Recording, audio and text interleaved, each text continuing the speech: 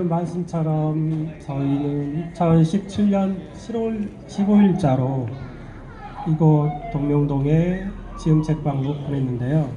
저한테 주신 말씀, 그러니까 얘기거리가 광주에는 왜 동네 책방이 많은가였어요. 근데 사실 너무 거대 담론이고 저희 일개 작은 책방 하나 운영하는데도 힘들어서 오늘 얘기를 어떻게 풀까 고민하다가 저희 책방 오픈하게 된 계기, 그리고 저희가 책방을 오픈해서 살아남기 위해서 발버둥을 친 이야기, 그리고 제가 생각하는 책방의 미래가 어땠으면 좋겠는가라는 순서로 말씀을 드리도록 하겠습니다. 조금 지루하고 딱딱하실 텐데 최대한 재밌게 해보도록 하겠습니다. 제가 슬라이드를 좀 준비해서 슬라이드를 조금씩 보면서 말씀드리도록 하겠습니다. 우선 동네 책방 얘기를 드리면요. 책방이라는 용어보다는 일반적인 서점이라는 용어가 익숙하실 거고, 저는 책방을 오픈할 때부터 기존에 있던 서점, 기존에 있던 책방과 약간 다른 컨셉을 계획을 했습니다. 다 아시겠지만 책방은 인터넷 서점과 대형 서점 때문에 몰락을 했고요. 그래서 한때는 책방이 비디오 대여점의 전철을 밟지 않을까라는 우려가 많았습니다. 실제로 책방 수가 정말 현격하게 줄었고요.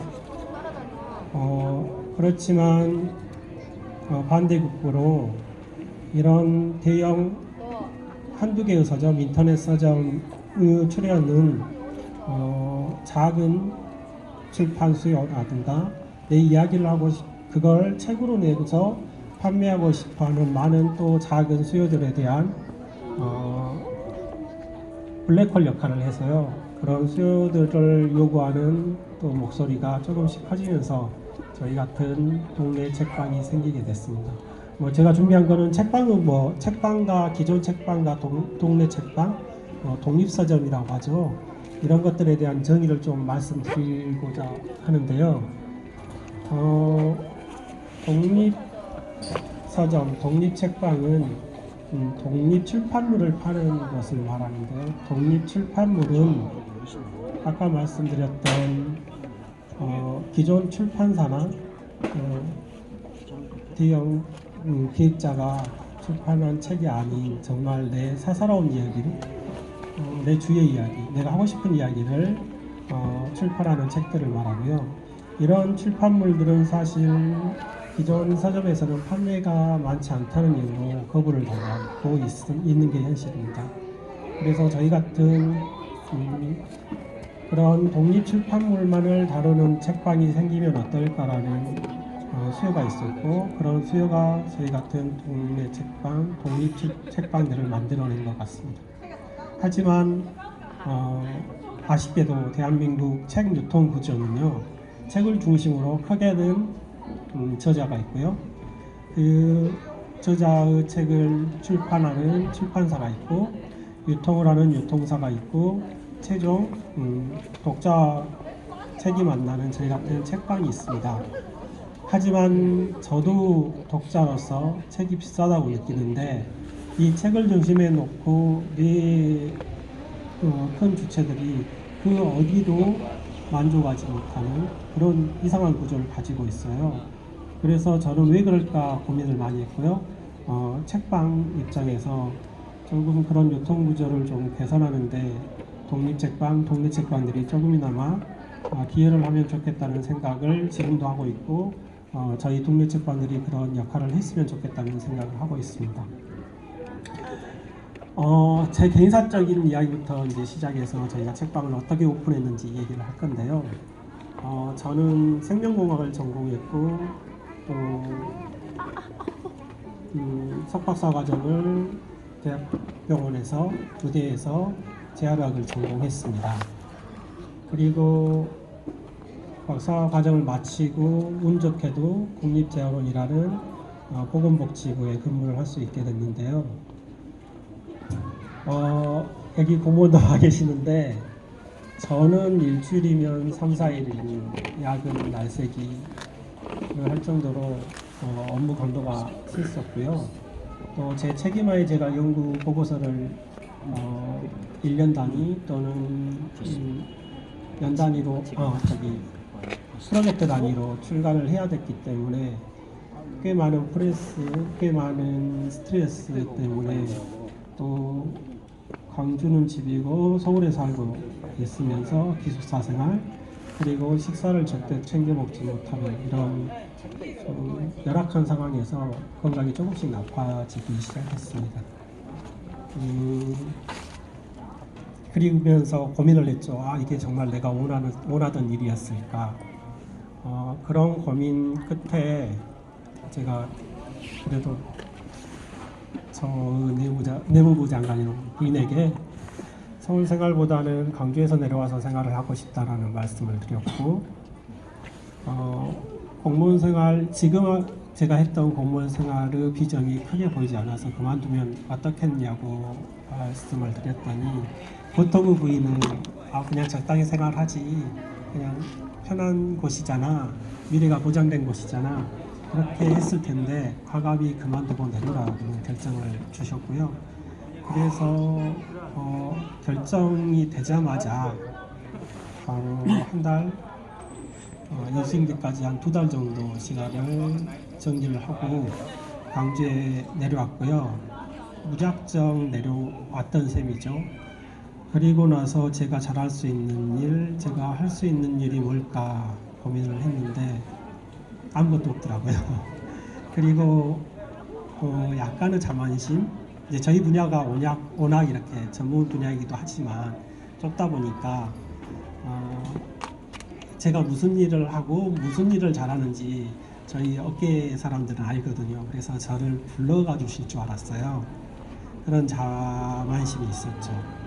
근데 한 달, 2달, 3달이 지나도록 광주 전남에서 일자리는 찾기 힘들었습니다. 그리고 건강이 조금씩 회복되는 과정에서 정말 잘할 수 있는 일, 좋아하는 일이 뭘까 라고 생각했을 때 제가 책 보는 일, 책과 같이 있는 일, 책을 사는 일, 이게 꽤 중요한데요. 책을 사는 일도 꽤 중요합니다. 이걸 잘한다는 걸 알게 됐고요. 그러면 책방을 해보는 게 어떨까라는 생각을 했는데, 사실은 책방보다는 작은 도서관을 하면서 동네 분들, 마을 분들, 또 이런 분들과 소통하는 일을 해볼 생각이었습니다. 그러면서 지금 이 동네로 이사를 오게 됐는데요. 동네로 막상 이사 와서 책방을 준비하는 과정은 쉽진 않았고요. 전혀 낯선 분야, 또 모르는 분야다 보니까 좌충우돌 여러 우여곡절 겪고 2017년 7월 15일 날 책방을 오픈했습니다. 막상 책방을 오픈할 때는 어떤 생각이었냐면요. 사실 우아하게 책을 읽으면서 가끔씩 오는 손님들에게 차 한잔 대드려 받고 또 책에 관련해서 토론하고, 정말 낭만적인 생각에 책방을 오픈했는데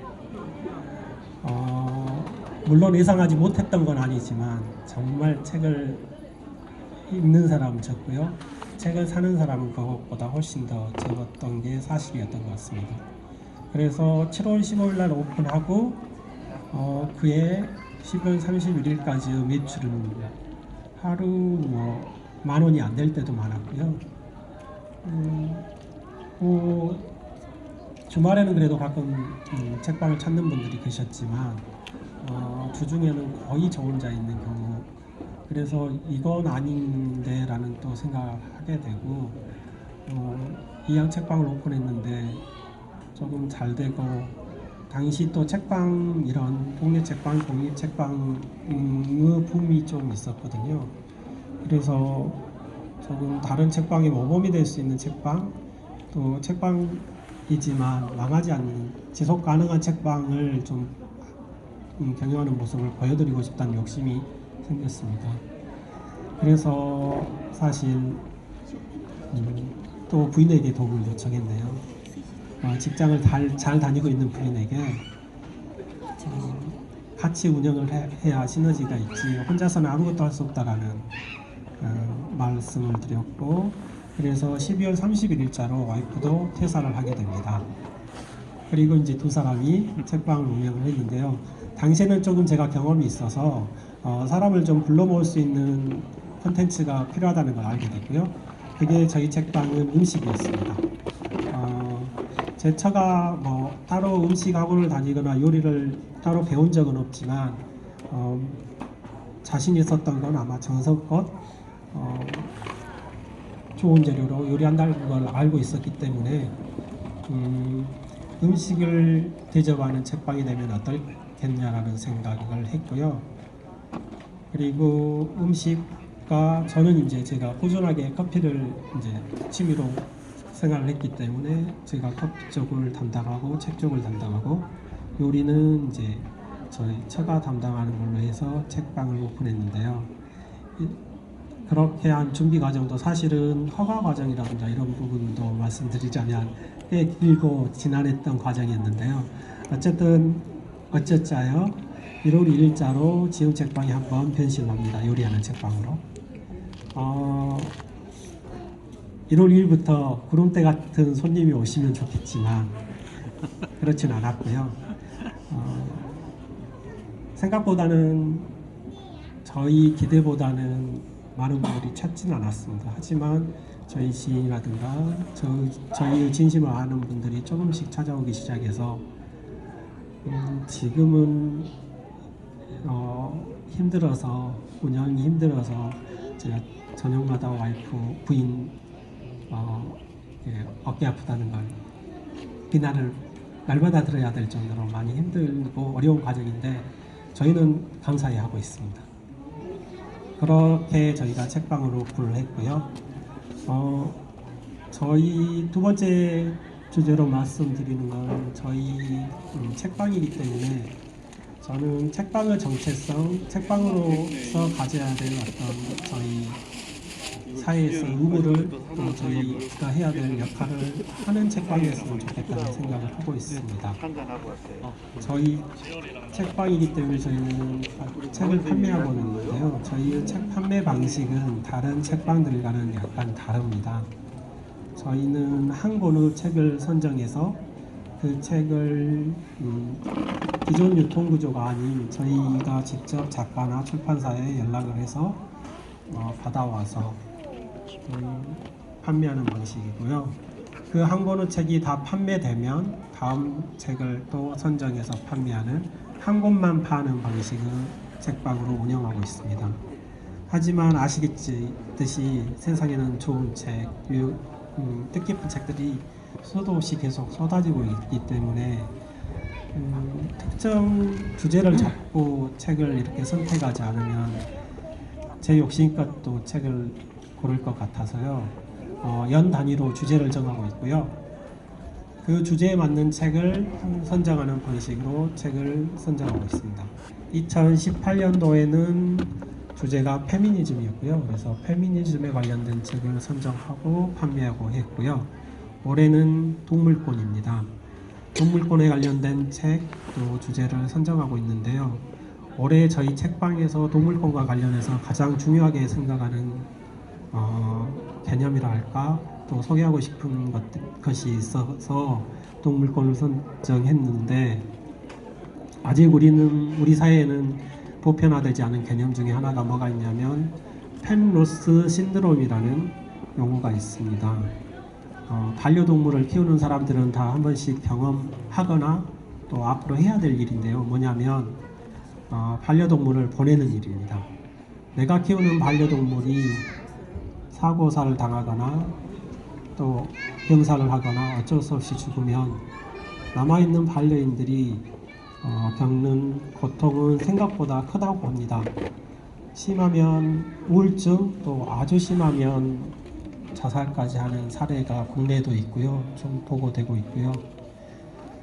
그런데 그걸 지극히 개인적인 문제 또 아무렇지도 않은 문제로 그냥 우리 사회는 생각하고 있는데 사실 선진 사회에서는 이 펜로스 신드롬을 극복하는 과정을 개인한테 맡겨둘 게 아니고 사회가 같이 도움을 주면 어떨까라는 개념이 있고요. 이런 개념하에 집단 상담 프로그램들이 조금씩 개발돼서 보급되고 있고요. 또 매뉴얼화되어 있어서 각 상황별로 펜로스를 하고 나서 첫째 날, 둘째 날 이런 방식으로 매뉴얼화되어 있는 책자들이 있습니다. 그래서 올해 저희는 펜로스에 관련된 책을 소개하고 있고요. 또 관련 행사를 가능하면 동물권, 더 크게는 생명권과 관련된 행사를 하고 있습니다. 내년에는 아마도 저희 책 선정 기준은 아마 문화 다양성이 될 것 같고요. 논란은 있으나 지난주에 광주에서 피어 페스티벌도 있었고 또 우리가 모르는 장애인들의 아주 세심한 부분에 대한 손길이 닿지 않는 부분이라든가 또 탈북민들 또 성소수자들 그 다음에 이유 없는 혐오를 당하는 마이너한 문화를 가진 분들에 대한 좀 시선을 지원책방에 두면 어떨까라는 생각으로 내년에는 문화 다양성이라는 주제하에 정말 마이너하게 살고 있는 분들을 좀 저희 지원책방에서라도 재조명하고 좀 빛을 비춰드리고 싶은 욕심이 있습니다. 저희는 이런 식으로 책을 판매하고 있고요. 이제부터는 저희 책방이 살아남기 위해서 어떻게 발버둥 치고 있는가에 대해서 간단하게 말씀드리겠습니다. 저희는 아까처럼 주 수입은 사실은 음식 판매로 인한 수익이 지속 가능한 수입의 근원이 되고 있고요. 그렇지만 저희는 아까 말씀처럼 책방으로서 정체성을 위해서 여러 행사들을 하고 있는데요. 행사들을 저희는 크게는 4개의 카테고리로 묶어서 하고 있습니다. 1번은 큐레이팅하는 책방인데요. 큐레이팅하는 지음 책방은 아까 말씀처럼 한 권의 책을 선정하는 방식, 또 주제하에 책을 선정하는 방식으로 하는 것, 또 관련 행사가 있었고요. 두 번째는 저희가 약간 음식적으로 많이 레스토랑으로 많이 유명한데요. 두 번째는 요리하는 책방입니다. 요리하는 지음 책방에서는 이 카테고리 하에서는 저희가 하는 행사들은 문학 작품 속에 나와 있는 음식들이 있는데 사실은 책을 읽는 목적이 무언가를 생각해 보면 저희가 접하지 못한 어떤 이질적인 문화, 접하지 못한 어떤 체험을 간접적으로나마 하는 건데 제가 책을 읽는 도중에 의외로 음식 소개가 많은데요. 특히 이제 이쪽 저희 음식이면 상관이 없는데 저희하고 문화가 다른 남미 음식이라든가 또 유럽 음식들은 저희가 그냥 무슨 음식하고 넘어가 버리지 그거에 대해서 좀 생각해 볼 기회가 없거든요. 근데 사실은 음식도 책과 마찬가지로 그 지역의 역사 문화를 담고 있기 때문에 음식을 살펴봄으로써 사실은 그 지역 잊고자 했던 목표를 달성하는 데 저는 좀 유익한 아주 좋은 도구라고 생각해서 문학 작품 속에 나와 있는 요리를 같이 만들면서 그 과정이 꽤 재밌거든요. 또 같이 만들고 나서는 같이 먹으면서 그 문학 작품을 얘기하는 방법으로 행사를 하고 있고요. 올해는 했던 게 저희가 주먹밥 만들기 체험을 했었습니다. 주먹밥은 특히 광주 보울항쟁과도 아주 뜻깊은 뜻깊은 관계가 있고요. 또 의외로 만드는 과정이 쉽고 재미있습니다. 그래서 주먹밥 만들기 체험을 했었고요. 또 요리하는 지음책방이라는 카테고리하에서 커피의 인문적 가치라는 바리스타 선생님을 모시고 커피의 탄생 배경부터 또 실제로 커피를 같이 내려 마셔보면서 커피의 역사를 통한 인문적인 가치를 발견한 시간을 가졌고요. 지금 당장 생각나진 않는데 이런 행사를 올해는 했고요. 세 번째는 번역하는 지음 책방이라는 카테고리로 번역 관련된 행사를 조금 했었습니다. 약간 중의적인 의미로 쓰였는데요. 말 그대로 타겟 언어를 저희 목표 언어로 번역하는 일, 즉 아까 말씀드렸던 펠로스 신드롬에 관련된 외국 원서들을 저희 말로 번역하는 일 작업을 기획하고 있고요.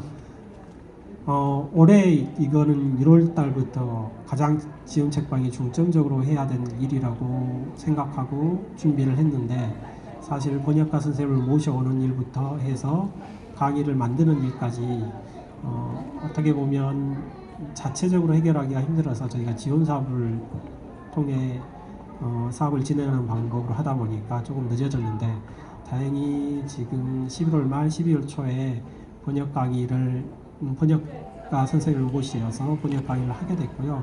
번역 강의를 듣게 되면 저희 번역 강의를 듣게 된 멤버들과 함께 아까 말씀드렸던 펠로스 신드롬에 관련된 원서를 번역할 계획입니다. 또 번역하는 지원 책방이라는 카테고리 하에서는 사실 번역이라는 일이 외국어만 번역하는 게 아니라 저희끼리 저희 국내의 어떤 특정한 위치에 있는 사람들끼리 그 번역도 필요하다는 생각을 많이 하게 됐는데요. 예를 들면 올해는 제가 정보공개 청구에 관련된 공부를 하면서 좀 많은 분들이 이거 정보공개 청구를 통해서 나의 권리를 좀 찾아갔으면 좋겠다는 생각을 했고요. 그래서 저희 변호사님, 제 아는 지인 변호사님을 모셔서 정보공개 관련 청구를 쉽게 하는 방법에 대한 행사를 했었고, 번역하는 지원 책방이라는 카테고리로 했던 게 딱히 생각은 안 나네요. 이 카테고리로 행사를 하고 있고요. 마지막으로는 별걸 다 아는 지원 책방이라는 카테고리 하에 행사나 책들을 소개하고 있습니다. 별걸 다 하는 지원 책방은 말 그대로 정말 별걸 다 하고 있습니다. 책방에서 절대 일어나지 않을 것 같은 행사들, 책방과 전혀 관련이 없을 것 같은 어떤 일들을 책방 안으로 끌어들여서 같이 해보자는 취지고요. 저희가 올해 별걸 다 하는 지원 책방은 2월달 정월대보름 지신맞기부터 시작해가지고 아직 못하고 있는데, 저 해보고 싶은 게 책방 패션쇼를 해보고 싶습니다. 옷을 만드는 짓는 과정부터 입어보고 그 옷을 입고 런웨이라고 하나요? 거기에 워킹을 해보는 이런 일도 해보고 싶고요. 또 하나 꼭 해보고 싶은 게, 저는 아직 용기가 없어서 못하는데, 책방을 하루 정도는 나이트클럽, 요즘은 클럽이라고 하죠. 클럽화에서 정말 아무 생각 없이 춤출 수 있는 이런 공간도 한번 만들어 보고 싶고요. 또 미처 저희가 생각하지 못한 어떤 아이디어들을 제안해 주시면 저희 책방과 함께 할 수 있는 일들을 해보고 싶습니다. 제가 다 생각이 나지 않아서 말씀을 못 드렸는데, 저희 책방은 바쁜 와중에도 절대 책방으로서 기능, 또 책방이 동네 주민, 또 마을과 여러 사람과 함께하는 기능을 놓치지 않으려고 사실은 발버둥 치고 있고요. 그런 일들이